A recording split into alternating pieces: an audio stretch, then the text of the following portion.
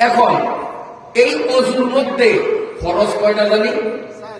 কম না, কোনো শরম নাই। ভুল হইলেও শরম নাই, কারণ এখানে আমরা শিখতে আসছি। ভুল হবেই, সব কি জানিনি। আমি যে লম্বা লম্বা ওয়াজ করি, আমি কি সব প্রশ্নের উত্তর পারব না? কত প্রশ্ন আছে, কিতাব না চাই কিতাব পারব না। প্রশ্ন করলে তোমরা কিতাব চাই বা বড় একজন হুজুরের জিজ্ঞাসা করে আমি কি সব পারবো? তা আমরা পারবেন প্রত্যেকে। এই জন্য উল্টা সিধা হইলে কোনো শরম নেই। শিখতে গেলে উল্টা সিধা হবেই। সাইকেল যারা শিখে, শিখনের সময় কাটতে শিখতে পড়ে না, মাথার ব্যথা হয় না। তো এখন তো আমরা শিখতে আইছি, কাজে উল্টা সিধা ওই বইটা কোনো দোষ না, শরমেরও কিচ্ছু নেই। ফরজ কয়টা? 4টা। এই 4টার মধ্যে একটা ফরজ হইল সম্পূর্ণ মুখমণ্ডল ধৌত করা। এটা ফরজ না? সমস্ত মুখমণ্ডল মানে এই যে চুল ঠেলা দিলে চুলের গোড়া এইখান থেকে এই যে থুতনি, থুতনির নিচ পর্যন্ত, আর পাশে এই কানের এই নরম লতি যেটাকে বলি, এইটার থেকে এই কানের লতি পর্যন্ত এই সবটা ধোয়া কি? কিন্তু শীতকালে পানি ছাগলিয়া করতে তারা হুড়া করিয়া উঁচু করলে এই জায়গায় কিন্তু শুকনা থাকে। এই জায়গায় মানে যেত সারা যদি ডলিয়া উঁচু না করে তাহলে এই জায়গায় কিন্তু শুকনা থাকে। তো এক বুড়িয়া উঁচু করছে, হিন্দের হয়ে গেছে শুকনা। বুড়িয়া এখন মসজিদের দিকে আইতে আসা বসতে বসতে, এই ফাঁকে বুড়িয়ার নাতি তো নুরানি পরে দাদা দাদা আপনার উজু হয় না, ওই কানের দ্বারে শুকনা রয়ে গেছে, উজু হয় না। তখন দাদায় করে তুই যে দাঁড়িয়ে হলো ভিজা, আপনার তাহলে হলো ভিজা, এটা ডলিয়ার মসজিদের দিকে, ডলিয়ার মসজিদের দিকে যায়, নামাজ হবে না, উজু হয় না। তার কারণ ভিজা হাত দিয়া শরীরের কোন অঙ্গে ঘষা দিলে এটাকে ধোয়া বলা হয় না, এটাকে মুছে বলা হয়। এই যে সার মুছে করি, মাথা মুছে, ভিজা হাত মাথার উপরে ডলাবে। এইখানে হচ্ছে শুকনা রয়ে গেছে, এই জায়গায় ভিজা হাত ডলা দিয়েছে, এটা মুছে হয়েছে না ধোয়া হয়েছে? তো মুখমণ্ডল ধোয়া ফরজ না মুছে ফরজ? তাইলে এই বেচারার মুখের বেশিরভাগ ধুইল, একটুখানি মুছে করলো, বুঝেছি আপনার সবটাই ধুইতে হবে। কিছু ধুইলাম, কিছু মুছে করলাম, কিছু হবে না।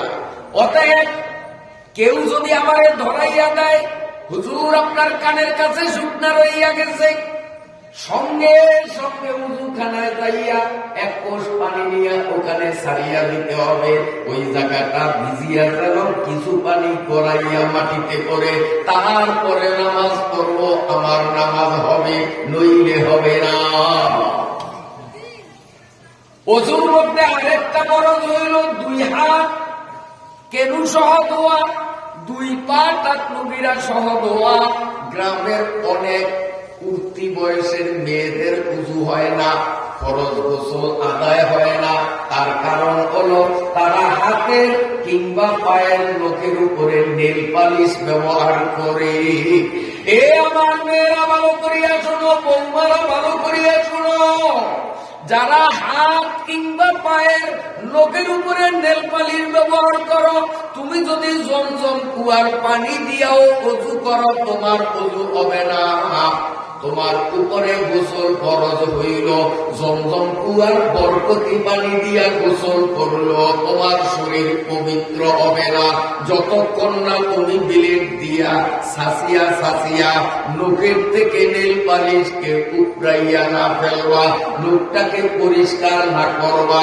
এই নখ পালিশ ব্লেড কিংবা চাকু দিয়া যদি খোসাইয়া খোসাইয়া উঠাইয়া নখ পরিষ্কার করিয়া খালের ঘোলা পানি দিয়াও উজু করো, আল্লাহর বদলে তোমার উজু হবে, গোসল হবে।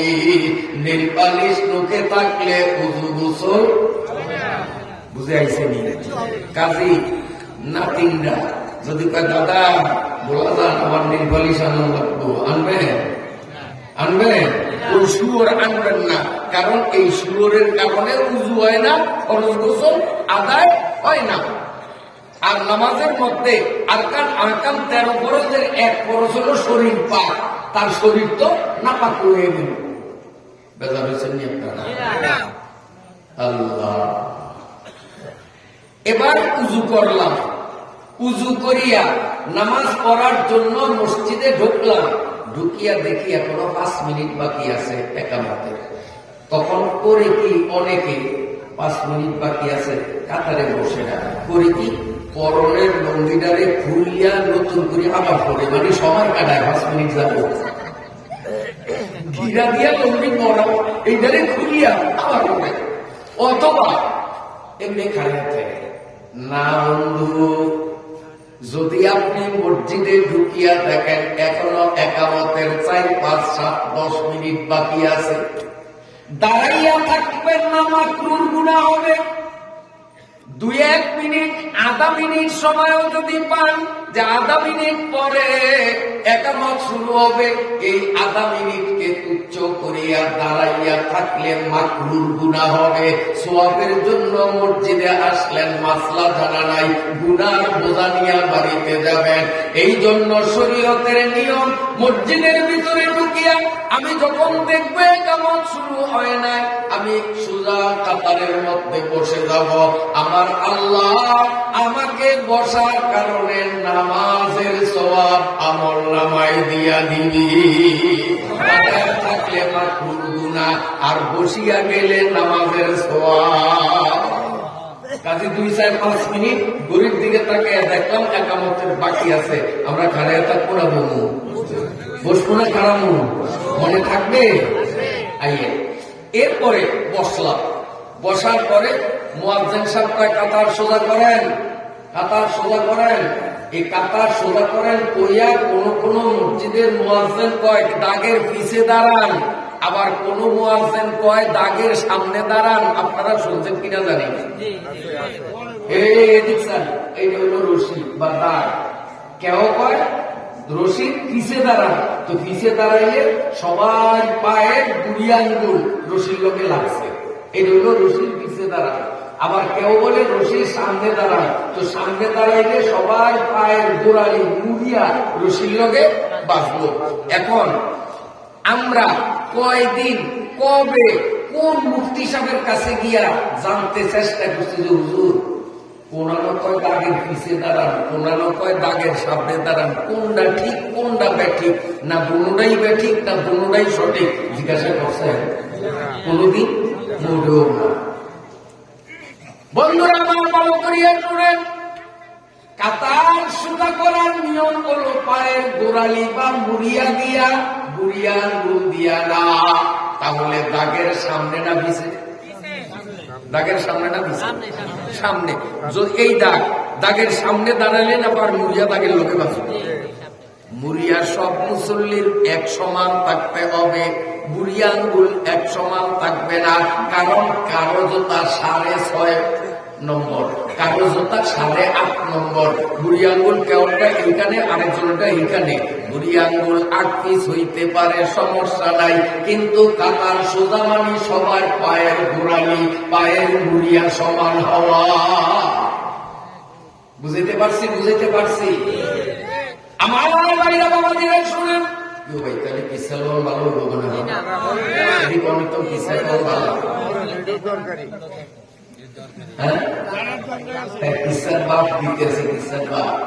হাজার হাজার টাকা ব্যয় করিয়া এই ওয়াজ মাহফিল করেন, আর ওয়াজ মাহফিলে যদি এইভাবে কামসুক করিয়া কিসা শুনিয়া যান, আর নামাজগুলি যদি বরবাদ হয়, যেদিনে পড়ে না তো বড়ই না কপাল করা।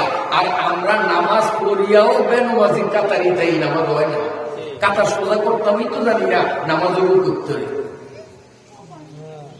তাহলে কাতার বুড়ি আঙ্গুল দিয়া না মুড়িয়া দিয়া? মুড়িয়া দিয়া। মনে থাকবে সবাই?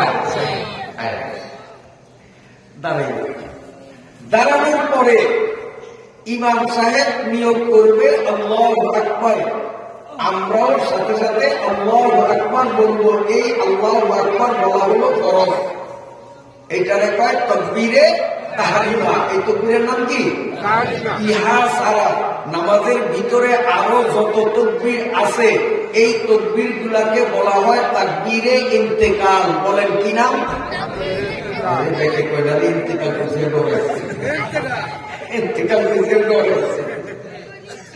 তাকবীরে ইন্তেকাল মানে এক অবস্থান থেকে অন্য অবস্থায় যাওয়ার সময় তাকবীর বলা।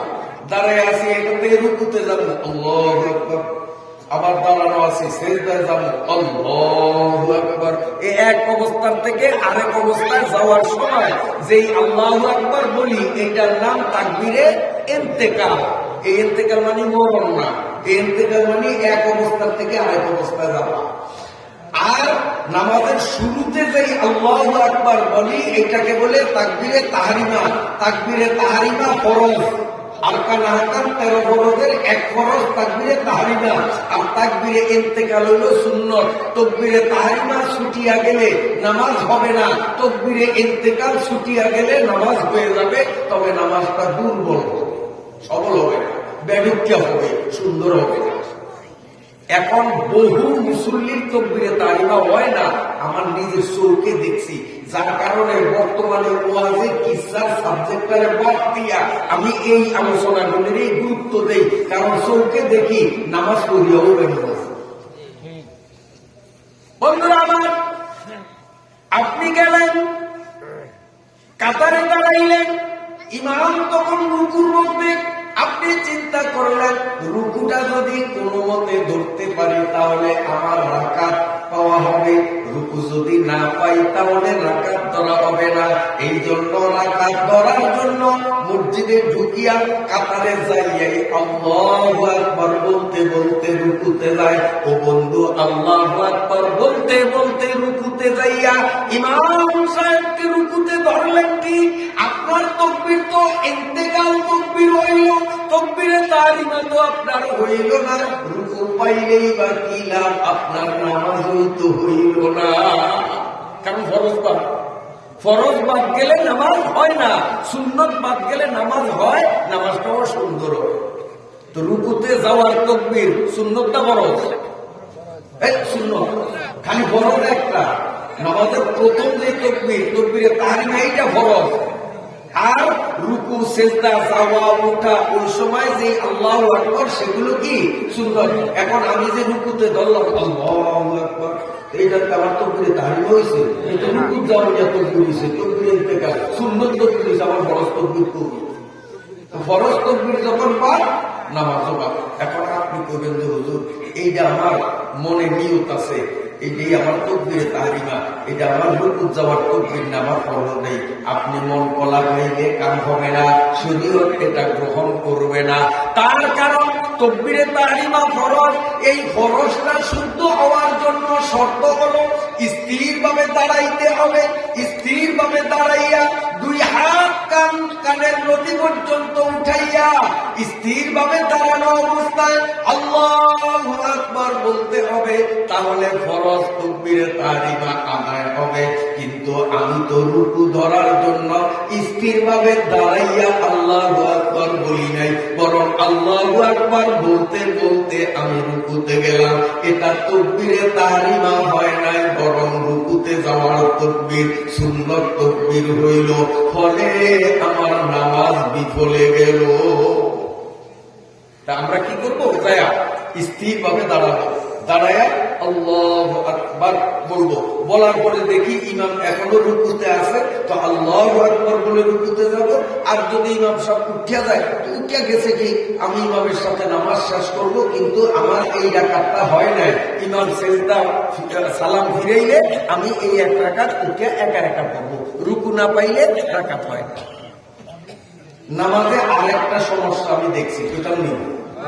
কোন ব্যক্তি মসজিদে আসছে, কাতারে দাঁড়াইছে, দাঁড়াইয়া দেখে ইমাম সাহেব সেজদার মধ্যে।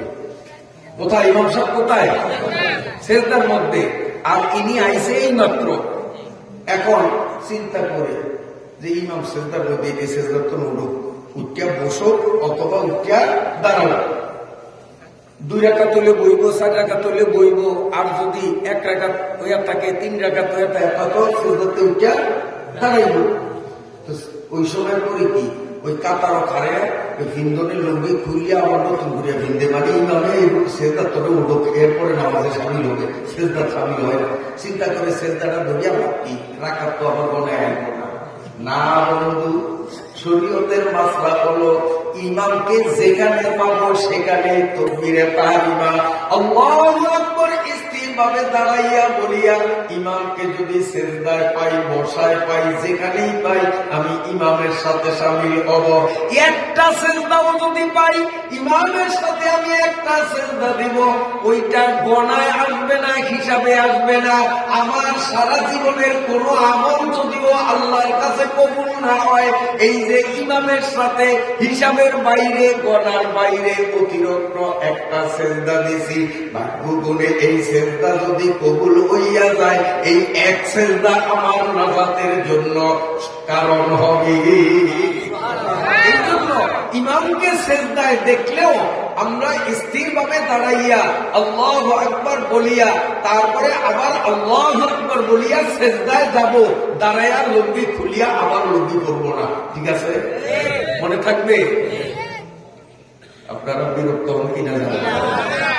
আচ্ছা, নামাজের মধ্যে আরো ফরজ আছে বলবো, এবার একটু ওয়াজিবেরটা একটু মনে করছে কইয়া দিই, নাইলে তো আমার সময় পাই না। কারণ আরো কয়েকটা বিষয় নিয়ে আলোচনা করতে হবে, আমার কাছে অনুরোধ আসছে, আলোচনা করবো ইনশাআল্লাহ। এই জন্য একটু ওয়াজিবের খোঁচা দেই।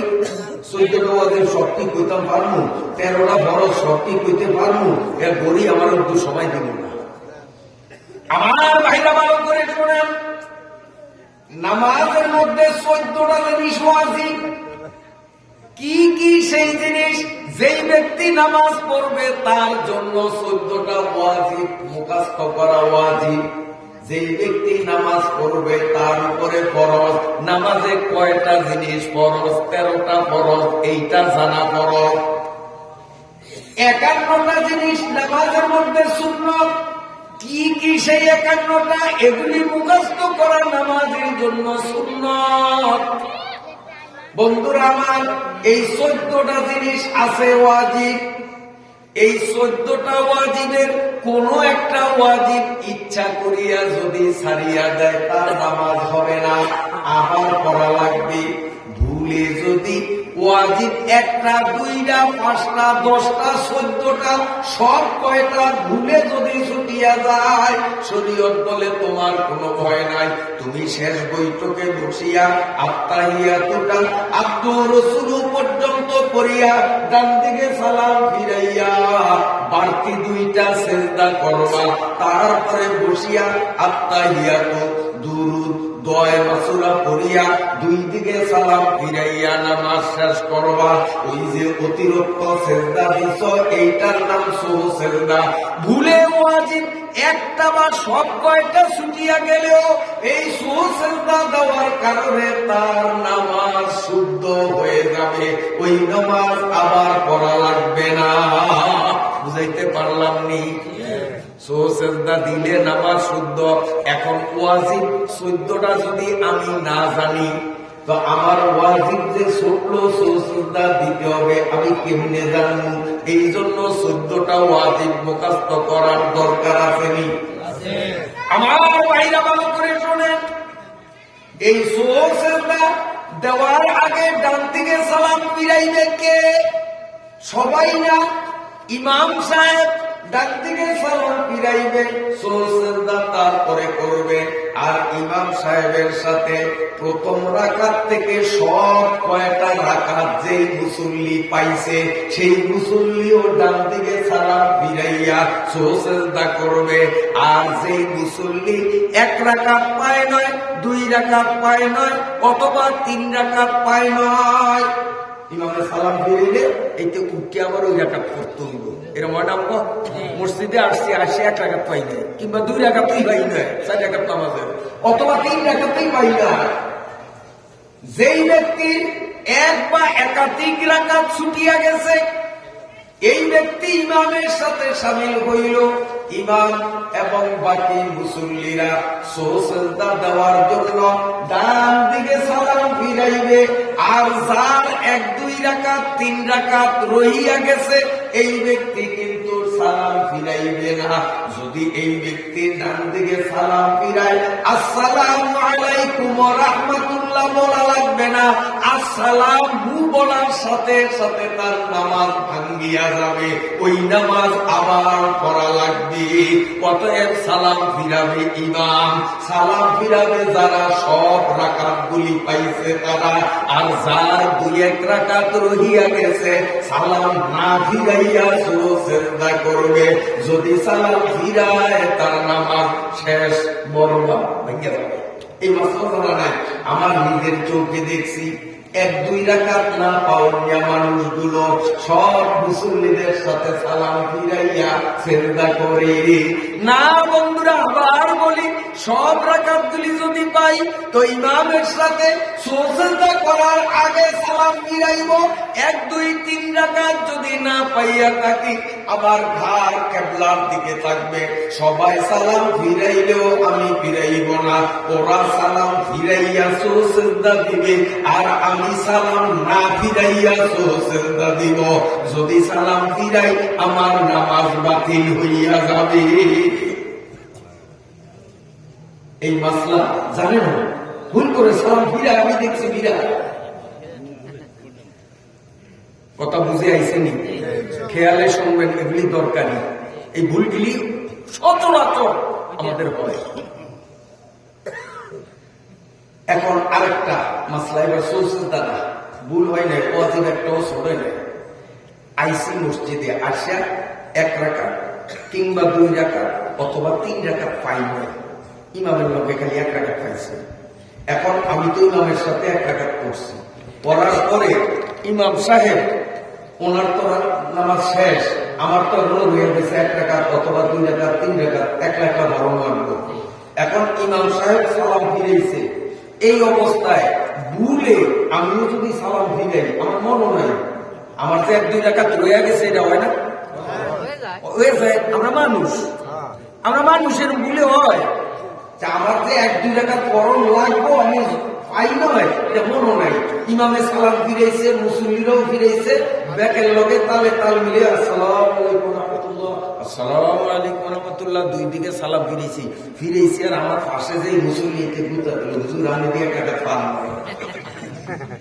আপনি যে সালাম ফিরিয়ে দিচ্ছেন, আপনার এক টাকা ধরন লাগবো না? এখন কি করবেন?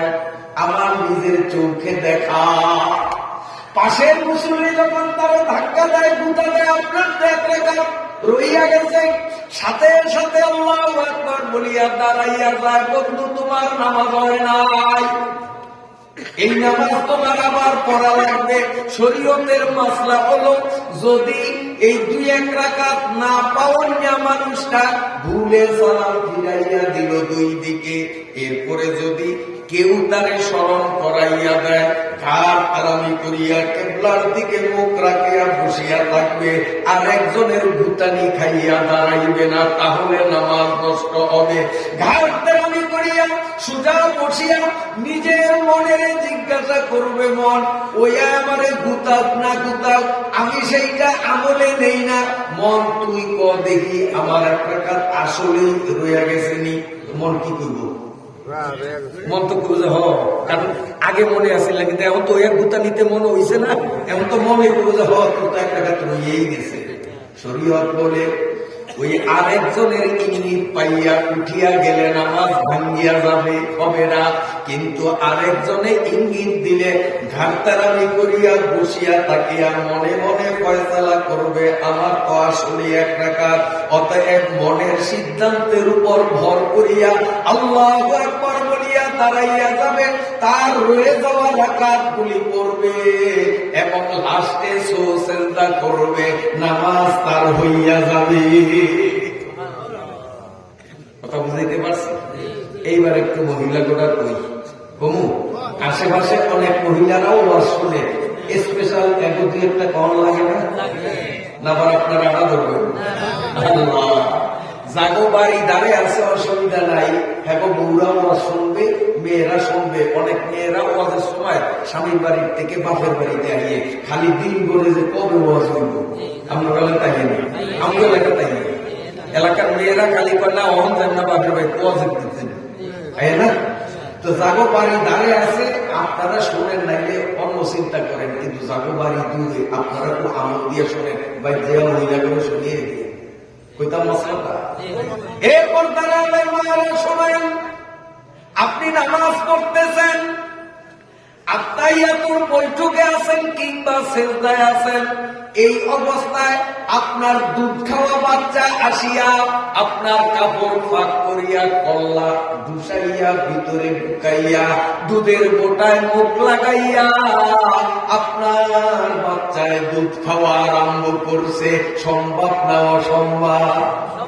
দুধের গোলা আছে, গোলার পাশে রাইকা নামাজে দাঁড়াইছে, এই মহিলা সিজদার মধ্যে অথবা বসা অবস্থায় যদি তার দুধ খাওয়া বাচ্চা কাপড় সরাইয়া মাথা ঢুসাইয়া মায়ের স্তম্ভে মুখ লাগাইয়া যদি দুধ চুষা আরম্ভ করে, শতকরা 100 জন মহিলাদের মাসলা জানা নাই, ওদিকে বাচ্চায়ও দুধ খাইয়া পেট ভরে, এদিকে ইনিও আত্তাহিয়াতুর শব্দ করে আর মনে মনে মন কলা খায়, আমি আউয়াল ওয়াক্তে নামাজ পড়ছি, মাগো তুমি নামাজ পড়িয়াও বেরোবাজি নামাজ হয় নাই। তার কারণ শরীয়তের মাসআলা, নামাজে মগ্ন মহিলার দুধের বাচ্চা যদি স্তনে মুখ লাগাইয়া চুষণ দেয়, এই চুষণের কারণে 1 ফোঁটা দুধ যদি তার স্তন্য থেকে বাহির হয়, এই দুধ বাচ্চার মুখে পড়ুক অথবা মহিলার কাপড়ে পড়ুক,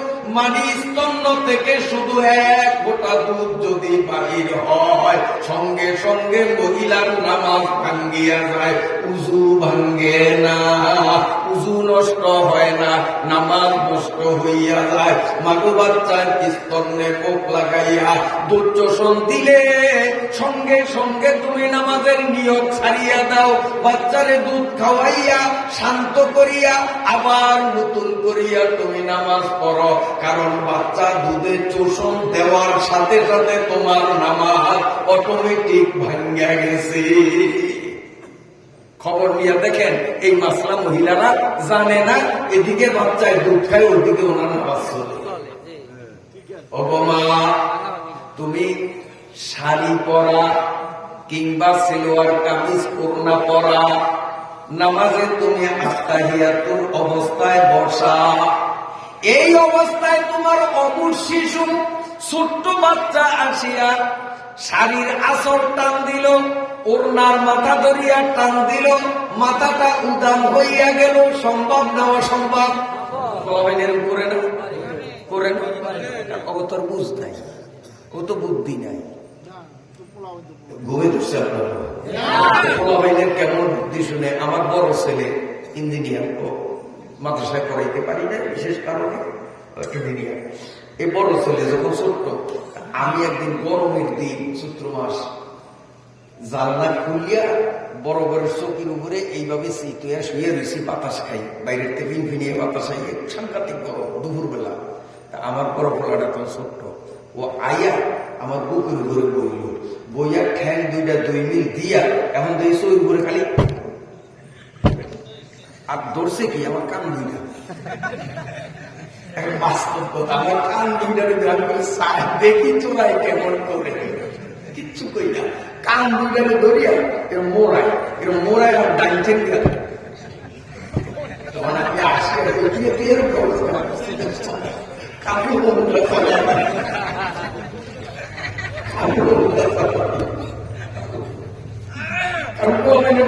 কখনো বুদ্ধি হয় না। এ মায়েরা ভালো করিয়া শোনো, তুমি নামাজে আত্তাহিয়াত বসা আছো, তোমার অবুঝ শিশু আসিয়া মাথার কাপড় টান দিয়া মাথার থেকে কাপড়টা ফলাইয়া দিছে, তুমি যদি সুবহানাল্লাহ সুবহানাল্লাহ সুবহানাল্লাহ 3 বার বলতে যে দূর সময় লাগে, এর দূর সময়ের মধ্যে 1 হাত দিয়া যদি তোমার মাথাটা ঢাকতে পারো, নামাজ ঠিক আছে, নষ্ট হয় নাই। আর যদি তুমি 2 হাত দিয়া মাথার কাপড় ঠিক করো অথবা 3 বার সুবহানাল্লাহ সুবহানাল্লাহ সুবহানাল্লাহ বলতে যে দূর সময়, এর থেকে বেশি সময় লাগবে 1 হাতেই মাথা ঢাকছো, কিন্তু 3 তসবিহ থেকে সময় বেশি লাগছে, অথবা 3 তসবিহ থেকে সময় কম লাগছে। লাগছে, হাত কিন্তু দুটা কাপড়ে লাগাইছ, এই দুই অবস্থায় তোমার নামাজ নষ্ট হইয়া গেছে। এই নামাজ বলো তোমার আবার পড়া লাগবে। এ ভাইরা ভালো করিয়া শোনো, নামাজের আরকান 13 ফরজের এক ফরজ হলো শরীর পাক। কোন মহিলা নামাজ পড়তেছে, নামাজ পড়া অবস্থায় তার মাসিক দেখা দিছে, তার কারণ মাসিক রোগটা এমন একটা রোগ, এটা 1 সেকেন্ড আগেও মোবাইল করে না যে তুমি রেডিও আমি আইতে আছি, মুরব্বীরা কর খবর দেন, খবর দেন, তো হঠাৎ হইয়া গেলে তখন বুঝে যে আমি তো এখন অপবিত্র। ও মায়েরা, 1 সেকেন্ড আগেও তুমি জানো না তুমি যে এখন অপবিত্র অবাক।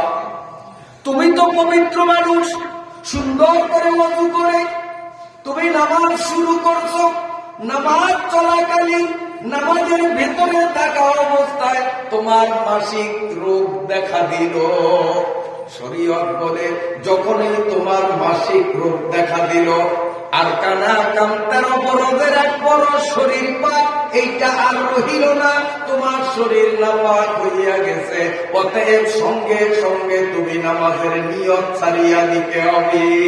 এখন দেখার বিষয়, তোমার যেই নামাজের ভিতরে দুর্ঘটনা ঘটল, এই নামাজটা কি ফরজ নামাজ, না কোনো ওয়াজিব নামাজ, না কোনো সুন্নত নামাজ, না কোনো নফল নামাজ?